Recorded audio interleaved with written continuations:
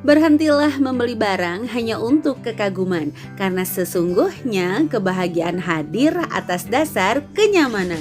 Assalamualaikum warahmatullahi wabarakatuh. Ahlan wa sahlan di channel Keluarga Bun Ai, keluarga yang bercita-cita selalu bersama sampai surga. Amin amin ya robbal alamin.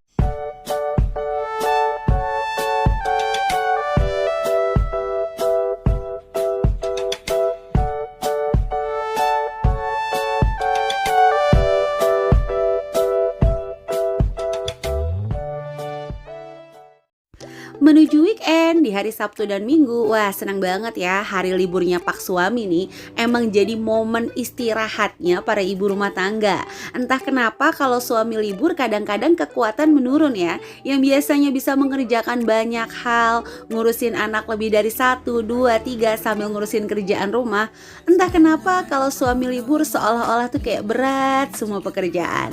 Ada yang sama? Kalau ada yang sama boleh tulis di kolom komentar ya. Oke deh, udah sampai aja ke tanggal 25. Yang udah gajian pasti senyumnya lagi selebar-lebarnya nih. Lagi bahagia, lagi ngeliat dompetnya penuh lagi. Mulai melis apa saja yang harus dibeli dengan segala semangat baru bahwa bulan ini harus jauh lebih baik dari bulan kemarin. Tapi sayangnya gak semudah itu. Kadang-kadang di tengah bulan lembaran demi lembaran hilang dari semua peredaran, menyisakan satu kenangan. Aduh, kenapa ya kok selalu kebablasan? Nah, kalau itu yang terjadi, siapkan kopi dan cemilan dan simak video Bun Ai untuk 17 menit ke depan. Oke, langsung kita bahas penyebab kenapa bokek sebelum gajian. Yang pertama, jajan anak. Tenang dulu para ibu-ibu. Tuh kan bener kan, jajan anak nih emang nih. Tuh kan bener kan, emang anak saya tukang jajan. Tunggu dulu, jajan anak emang jadi salah satu faktor. Ingat, cuma salah satu faktor. Oke, jadi jajan anak itu jarang banget dianggarkan, tapi sebenarnya itu adalah pengeluaran rutin. Aneh kan, menganggarkan kebutuhan bulanan, mingguan, tapi kebutuhan rutinnya nggak dianggarkan. Nah, gimana sih cara nyikapin jajan anak? Yang pertama, harus tegas tapi bukan galak. Jadi tentukan kapan sih dia bisa jajan, jajanan apa aja yang nggak ganggu kesehatan, berapa jumlahnya, tegas bukan galak. Bedanya apa? Bukan ngasih jajan cuman karena takut nih dilihat keramaian, padahal nanti di rumah anaknya juga kena omelan. Ya Rohman, jangan sampai kayak gitu ya Moms. Jadi dikasih aja deh dibanding nangis nanti diomongin sama tetangga. Pas nyampe rumah abis diomelin anaknya. Jangan ya, jadi lebih baik kita tegas tapi jangan galak. Yang kedua, sabar dan jangan terwarnai kondisi. Sekali lagi, kalau anak nangis hatinya terluka, jangan suruh dia diem saat itu juga. Bunda aja kalau hatinya terluka nggak mau kan langsung suruh diam. Dan jadilah pengendali bukan dikendalikan. Maksudnya apa? Bayangin ya, kita lagi belajar nyetir mobil, terus kita yang megang remnya atau yang ngajarin kita? Pasti dong yang ngajarin kita, yang menjadi kendali kita. Nah, jangan dibalik. Jangan anak itu jadi pengendali orang tua, tapi orang tua lah yang harus mengendalikan anak. Ingat ya, jajan tuh bukan ukuran kasih sayang loh. Kalau anaknya nggak jajan berarti nggak sayang. Enggak ya, urusan kasih sayang tetap jatuh pada pendidikan. Oke, tapi ada lagi nih yang lebih bahaya, jajan ibunya. Kadang nggak terasa, tapi jauh lebih besar. Contoh aja nih, nganterin anaknya sekolah, anaknya pulang ya, baru jajan ciki sama es Rp5.000. Padahal si ibu dulu nih sebelum corona nungguin anaknya di tukang bakso sama ibu-ibu yang lainnya sambil beli es teh. Bayangin gak? Bakso sama es teh mahalan mana? Hati-hati ya, jangan suka fitnah anak juga Moms. Misalnya bilang sama suami, anak butuh jajannya banyak. Ingat, banyakan siapa coba jajannya? Oke deh, kalau setuju Bun Ai pengen banget bahas masalah jajan ini lebih dalam lagi. Kalau setuju silahkan tinggalkan di kolom komentar, karena butuh waktu yang jauh lebih banyak lagi nih untuk ngebahas jajan. Nah, manfaatnya untuk anak yang jajannya itu kita kendalikan. Yang pertama, anak akan bahagia dengan yang sederhana. Ingat gak dulu waktu kecil, waktu kecil ya, kecilnya Bun Ai ya. Bun Ai kan lahiran tahun 89 nih. Nah, dulu tuh anak-anak dulu tuh sederhana banget, diajak ke pasar, makan bakso, itu tuh udah seneng banget. Tapi seiring berjalannya waktu, kesederhanaan itu semakin meningkat. Anak kadang-kadang ibunya udah masak, tetap nuntut ayam fried chicken lah, atau misalnya makan bakso lah, makan mie ayam lah. Jadi momen-momen yang harusnya itu menjadikan bahagia itu menjadi sederhana bagi anak-anak tuh jadi kayak biasa aja. Nah, manfaat untuk mengendalikan jajan itu adalah anak lebih bahagia dengan hal yang sederhana. Yang kedua, bertambah rasa hormat kepada orang tua. Harus sadar, orang tua bukan bendahara berjalan. Orang tua juga bukan pembantu yang harus benar-benar menuruti segala sesuatu yang diinginkannya. Terlebih kita ada atau tidak dalam masalah keuangan tersebut gitu ya. Nah, yang ketiga, bertambahlah rasa syukur anak. Jadi alhamdulillah nih, makan pakai apa aja seneng, bahagia. Dan terakhir, bertambah rasa sayang. Ibunya juga harus jauh lebih sabar untuk mengalihkan perhatian anak dari jajan ke misalnya main bersama atau bahkan membuat cemilan bersama. Oke deh, panjang banget kalau ngomongin jajan sih sebenarnya ya. Kalau setuju kita buat satu segmen, tulis di kolom komentar ya. Boleh komen lebih dari satu. Kalau komentarnya sampai angka 50 tentang anggaran jajan, insya Allah Bu Nay bikinin.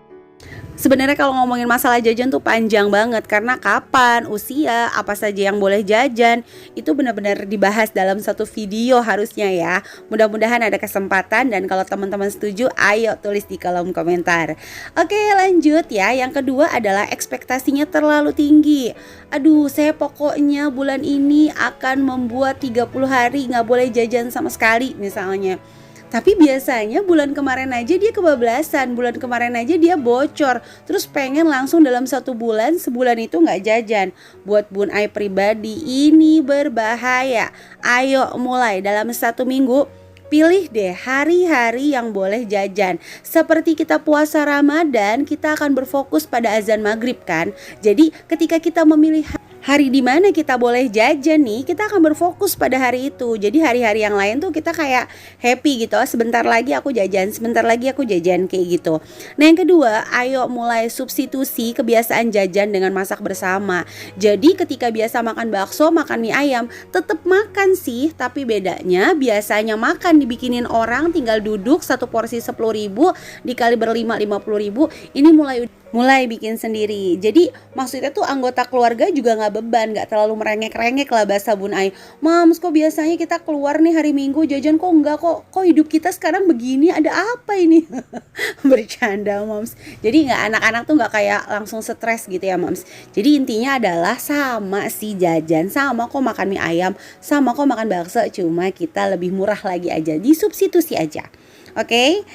Dan Bun Ai mau ngasih satu rahasia ya. Kadang-kadang jajan berlebihan, belibet lagi, seperti narkoba, kadang-kadang candu gitu. Jadi kalau kita udah biasa ambiar di tengah, ke belakangnya tuh udah kayak putus asa lah, bodo amat lah ya, udah anggaran emang biasa kebablasan. Gitu. Jadi hati-hati. Nah, yang ketiga adalah menghabiskan anggaran di awal. Contoh nih, punya belanja bulanan 700.000 rupiah. Please jangan langsung ke supermarket dihabiskan 700.000-nya.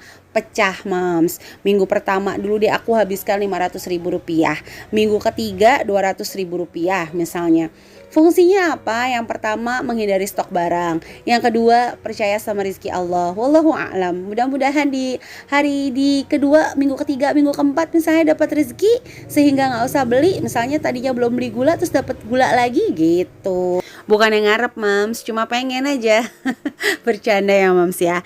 Contoh deh kayak belanja mingguan, ambil ya rata-rata. Biasanya kan kalau teman-teman suka nganggarin seminggu 200.000 Bun Ai. Pilih, bagi langsung 75-nya untuk protein, nabati atau hewani, 30.000-nya sayuran, 25.000-nya bumbu, 20.000-nya buah. 50.000-nya tahan dulu untuk pegangan, atau kalau nggak kepake bisa untuk celengan. Kenapa? Belanja mingguan ada, belanja bulanan ada. Ini yang repot kan harian. Padahal yang sering ketemu kita tuh harian, tapi dia sering terlupakan. Bahasa Bun Ai itu kayak gitu ya Mams ya. Jadi yang 50.000-nya ini bisa untuk pegangan atau untuk celengan yang punya tantangan menabung. Oke, sebelum lanjut, Bun Ai nanti lupa malah ya mau ngucapin terima kasih. Terima kasih untuk teman-teman yang yang sentiasa mendukung channel Bun Ai, nyalakan lonceng notifikasi, sudah subscribe, sudah like ini video. Mudah-mudahan videonya bermanfaat dan kebaikan-kebaikan selalu mewarnai hidup kita. Dan bagi yang baru bergabung, baru ke channel Bun Ai, ayo langsung tekan tombol subscribe dan nyalakan lonceng notifikasi ya, agar senantiasa update di video-video selanjutnya. Apabila berkenan, boleh nih dibantu share ke seluruh sosial media yang Moms punya. Mudah-mudahan kita sama-sama berkembang, kita sama-sama belajar, dan kita sama-sama maju di dalam kebaikan. Oke, kita lanjut ya Moms ya. Yang keempat, komponen menabungnya tidak ideal kalau menurut Bun Ai ya, karena banyak banget tuh yang ngejarin banyak saldo di rekening, padahal itu sebenarnya uang halu. Jadi banyak aja gitu di rekening, tapi ujung-ujungnya habis-habis juga. Atau ikut arisan sana sini sana sono. Ujung-ujungnya pas arisan kepake juga. Ya kalau kepakainya buat kebutuhan sih nggak apa-apa ya Moms ya. Yang bahaya tuh buat keinginan. Kadang-kadang arisan itu bisa jadi jaminan keinginan loh. Ya nggak apa-apa lah ya, beli karpet aja oke lah, nggak apa-apa, ambil tas aja. Toh nanti aku dapat arisan, aku bayar. Jangan ya Moms ya, hati-hati. Jadi Bun Ai suka bilang, ayo dianggarkan. Kenapa sih harus dianggarkan? Ya kita biar santai ya. Santai aja untuk 1 bulan ke depan. Kenapa? Karena biasanya yang terjadi suka stres ngelihat saldo di rekening banyak, tapi totonya ntar habis lagi, stres kayak gitu. Ya jadi kan kalau misalnya kita udah pisah-pisahin, udah tahu nih ini buat A, B, C, lebih santai deh ke depannya. Dan yang nomor 5 adalah mengumpulkan sisa gaji menjadi 1 bagian. Yaitu yang Bun Ai bilang, habis gajian, bayar hutang-hutang, bayar cicilan A, B, C, udah deh sisanya dipakai buat kehidupan ke depan. Bahayanya kenapa? Yang pertama nih, merasa uang sisa masih banyak. Masih banyak nih, masih 2 juta nih dipegang, padahal belum belanja bulanan, belum beli token listrik, belum beli pulsa gitu. Itu bahaya. Kalau enggak mau dicatat, boleh nggak Bun Ai? Sekali lagi monggo, senyamannya. Yang penting remnya pakem. Bahasanya mah rem udah ketelan gitu. Jadi kalau mau apa-apa udah tahu dia, oh no, ini bukannya bagian saya, oh no, ini bukan bagiannya belanja. Jadi lebih santai. Kan Bun Ai pernah bilang, ibu-ibu zaman dulu juga sama sih, Gak pakai anggaran, tapi inget zaman dulu godaannya gak kayak zaman sekarang. Ibaratnya perang mah nih, banyak musuh-musuh terselubung, banyak bom-bom diranjau gitu ya. Salah injek, duar aja meledaklah tuh anggaran 1 bulan. Bercanda ya Moms ya. Oke deh, jadi gunanya untuk nggak menjadikan gaji itu 1 bagian, yaitu ya merasa uang banyak, akhirnya hilang kendali.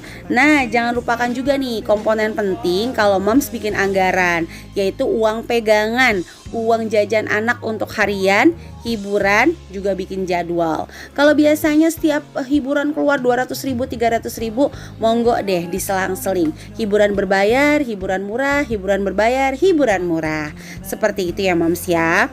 Oke, yang keenam adalah membeli keinginan dengan non-cash, alias apa? Ya kartu kredit, debit ATM.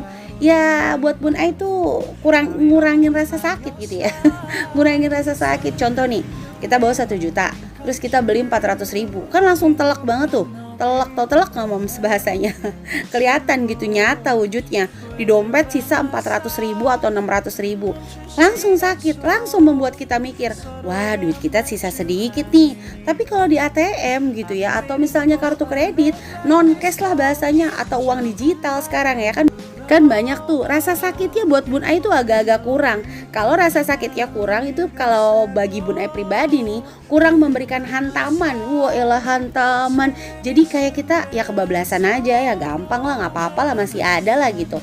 Tapi kalau kita membiasakan dengan cash, itu langsung kita lihat 1 juta beli 400, oke, uang aku sisa 600.000. Langsung berpikir, nah caranya nih bertahan dengan uang yang sisa 600.000 rupiah.